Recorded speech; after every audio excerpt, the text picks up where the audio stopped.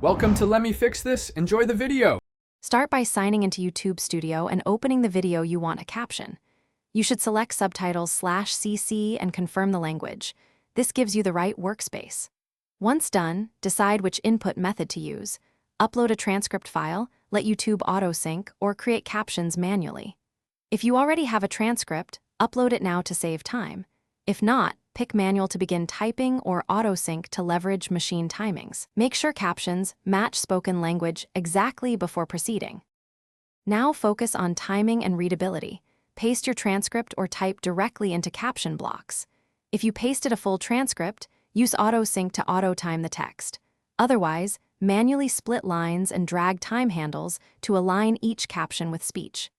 Make sure each caption stays under 42 characters per line and appears long enough to read comfortably. Once you finish syncing, play the video and watch the captions closely, correcting any mistimed segments or transcription errors as you go. Finally, preview every caption and playback to confirm accuracy, speaker labels, and punctuation. Small fixes improve viewer comprehension. When satisfied, publish the captions and export an SRT or VTT file as a backup. Make sure community contributions and auto-generated caption settings match your preference to avoid conflicts. If captions are out of sync after publishing, reopen the editor. Adjust time codes by dragging handles or rerun auto-sync with a corrected transcript.